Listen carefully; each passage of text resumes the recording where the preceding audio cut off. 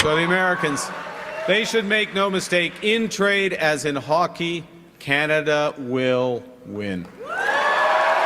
That is Mark Carney, Canada's new Prime Minister, or I should say Prime Minister designate, as last night he won the Liberal leadership race to replace Justin Trudeau, and over the next couple of weeks, that is going to happen, where he's going to officially become the Prime Minister. And then shortly after, an election is expected to be called. But let me break down what happened last night at this leadership race, including the results and a couple of clips from his speech and my thoughts on Mark Carney as well. But before I do all that, I just got to let's address the elephant in the room, because a lot of conservatives right now are losing their minds because Mark Carney is the new prime minister, or the next prime minister, and he does not have a seat. No one elected him. This is communism, much like in Alberta when Danielle Smith also became premier without a seat. I didn't hear much about that. Was that communism? Please go back to school. You're embarrassing yourself. So this is how the system works, people. Yes, he doesn't currently have a seat, but there's an election coming up and he's going to run in one and he will have a seat. Chill. Let me get to the results here. So this is a pretty decisive victory for Mark Carney. 85.9% of the Liberal member vote on the first ballot is decisive. Chrystia Freeland in second place at 8%, Karina Gould in third at 3.2%, and then Frank Baylis at 3%. I was a bit underwhelmed by Karina Gould's performance, considering she is the more left-leaning of the bunch, within the confines of what Liberal can do. But the members are very clear in what they want right now, and they want stability and someone that they think can beat Pierre Poilievre. And based on how polling currently looks, with Mark Carney at the top of the ticket, or I'm speaking like an American because I do so much American politics, but with Mark Carney as the leader of the Liberal Party, the Liberals do very well in polling against Pierre Poilievre, and that support is only continuing to increase as the threats from Trump continue. So I'll get to more on that when we get to Mark Carney's speech, but compare that 85% to Pierre Poilievre, who was at 68.15% on the first ballot for the Conservative Party, and that itself was also considered to be a fairly decisive victory for Pierre Poilievre. So let's get to the first clip from Mark Carney's speech, and this is when he is discussing the Americans. The Americans want our resources, our water, our land, our country. Think about it. If they succeeded, they would destroy our way of life. In America, healthcare is a big business. In Canada, it is a right. America is a melting pot. Canada is a mosaic. America is not Canada. And Canada never, ever will be part of America in any way, shape, or form. We didn't ask for this fight. We didn't ask for this fight.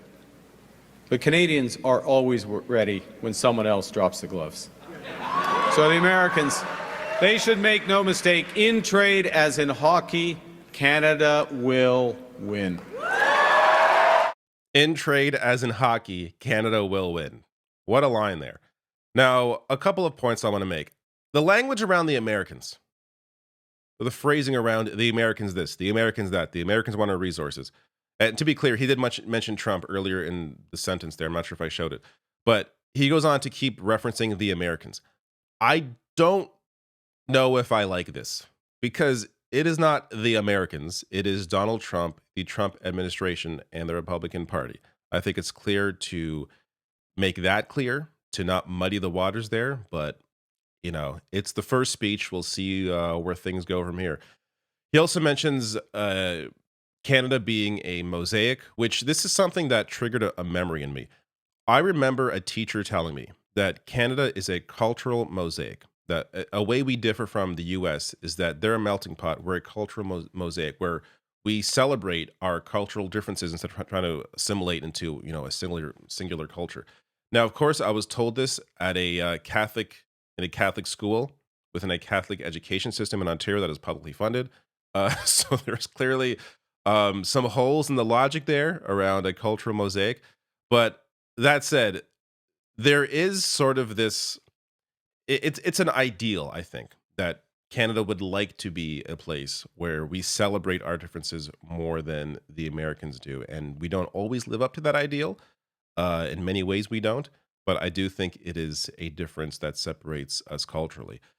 Also, let's just say it, the charisma or lack thereof. Now, a lot of people are being turned off, at least when I'm reading online. People are a bit turned off by this. Other people don't care. I tend to lean with the people that don't care. I think we are in a situation right now where Canadians want somebody who is kind of boring.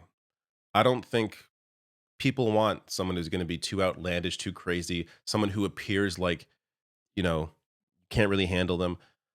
Canadians want someone who is a central banker, essentially. Now, I want to be clear, a central banker in tone. They don't necessarily need a central banker in policy, but we are talking about somebody who is, the former Bank of Governor in Canada under Stephen Harper and the Conservatives. That was during the '08 financial crisis, then went to the UK to help them deal with Brexit as their central banker. And now he's here leading Canada. So this is somebody who has been around and is someone who you could argue is very boring by definition of being a central banker. And I think that is actually an asset for him in an upcoming election. He's also not pretending to be anybody he's not. Something about Trudeau that I think got on a lot of people's nerves, including my own, was just his cadence in his way of speaking. Very like performative and almost soft spoken, but speaking like this. Like there was just sort of a fakeness about him, even if he wasn't being fake, even if that's who he is. And to be fair, I still don't know who he really is. It's hard to know who Trudeau really is. But he just came off as somebody who was not being real. Mark Carney, for all of his faults, in terms of how he may view the world, is somebody who is not phony. He is who he is. He's a central banker and he speaks like one. So he's not pretending to be anything he isn't, like, say, Pierre Poilievre, who pretends to be for the working class and has an entire career in politics fighting on behalf of big business and corporations and the wealthy and fighting against labor, working class labor rights. Like the idea that Pierre Poilievre is for the working class all of a sudden, after we have a very clear track record of you not being for the working class, is just an incredible ruse that he is trying to pull on people. And some are falling for it because of the way he's speaking. Pierre Poilievre has a lot of correct criticisms of what is happening, but he doesn't have the actual solutions to the problem. And this gets to Mark Carney speaking on Pierre Poilievre, and I think he does a pretty good job at separating himself here. Donald Trump is trying to weaken our economy, but there's someone else who, if he succeeds, will weaken our economy. It's Pierre Poilievre.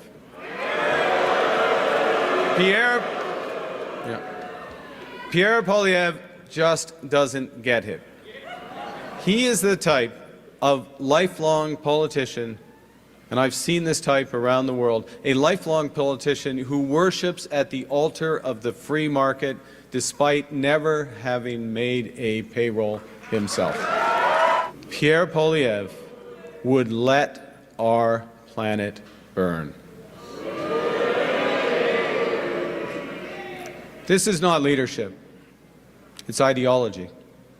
It's ideology that betrays what we as Canadians value, each other. It's an ideology that also represents a fundamental misunderstanding of how the economy works. We know that markets don't have values. People do.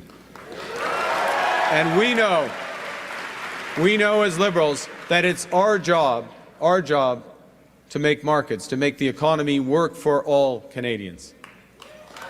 These are the most powerful tool we've ever invented. They can find solutions to our greatest problems. And when the private sector, when the markets are governed well, they deliver great jobs and stronger growth faster than anything. But markets are also indifferent to human suffering, and they are blind to our greatest needs. So when they're not governed well, or not at all, they will deliver enormous wealth for the lucky few and hard times for the rest. So Donald Trump thinks he can weaken us with his plan to divide and conquer. Pierre Poilievre's plan will leave us divided and ready to be conquered. Because a person who worships at the altar of Donald Trump will kneel before him, not stand up to him. This was easily, I think, the best part of his speech. He clearly is making a distinction between how Pierre Poilievre views markets, the free market, the economy, and how he views it. These quotes are really good. Quote, "We know that markets don't have values, people do. Markets are indifferent to human suffering, and they are blind to our greatest needs." This is not something you are ever going to hear any conservative politician say, but it is fact. And the fact that Mark Carney is willing to vocalize this and being a central banker vocalizing this, I think is incredibly important. Now, it is talk, it is a speech. Are we going to see this in practice? Remains to be seen. But again, this is where things start to get a little muddy, because this election, if it wasn't for Trump and all the insanity going on with him, this election coming up would really be about the cost of living crisis and affordability. Now that Trump has sort of taken up all the air, it's really more about him.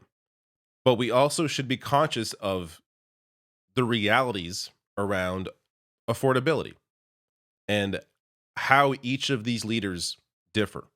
And I think on both counts, whether we're talking about Trump, whether we're talking about the economy, if it's just the two choices, Pierre Poilievre and the conservatives and Mark Carney and the liberals, I'm all the way with Mark Carney. It's not even close. But I do think it's important that this conversation around how what people are actually going to feel in terms of their own lives, in terms of affordability, I think it's important that we don't lose sight of that conversation in the cloud of all that's going on with Donald Trump. But on that point, the quote he ends on there is really good. "A person who worships at the altar of Donald Trump will kneel before him, not stand up to him." That describes Pierre Poilievre perfectly. And I did a video recently, a couple of videos ago, discussing that, how Pierre Poilievre is MAGA. He's Maple MAGA. If you look at who is advising him, we're talking about people who are pictured with MAGA hats on. We're talking about a guy who went on Jordan Peterson's podcast, a couple months ago. Like the guy is MAGA, and now he's trying to separate himself from Trump because of what Trump is currently doing and how it's tanking the conservative party in polling, when it looked like the conservatives were going to easily win the next election. So it's completely reverse course for the liberals and for the conservatives with what Trump is doing. Pierre Poilievre, what's he gonna do now? Like, he can't after they're being so clearly attached to Donald Trump, his whole far right ideology. Not to mention Elon Musk constantly boosting Pierre Poilievre's speeches on Twitter. Like, it's going to be very hard now for Poilievre to separate himself from that, when we have a clear documented history of him being intertwined with MAGA. But I don't know. What are your thoughts on Mark Carney and a potential upcoming election? I do expect Carney to call an election fairly quickly once he is officially the prime minister, simply based on the fact that liberals are doing well right now. And, it's a combination of that, in addition to, I don't think Canadians really want somebody who's prime minister for too long who hasn't actually won an election. So, I think there is a reason to call the election just on that alone. But the fact that liberals continue to gain support while conservatives are dropping, that momentum is not going to last forever. Now would be a good time for the party to strike. But I think he's poised to do very well if this continues. And again, Mark Carney has to understand that it's not just about Donald Trump, even though, yes, that is a focus, of course, an obvious focus, but also bring up the clear differences between himself and Pierre Poilievre, at least how he views them, around how the market operates and affordability. And I think if he's able to do that, liberals are poised to do a lot better than initially expected before this leadership race.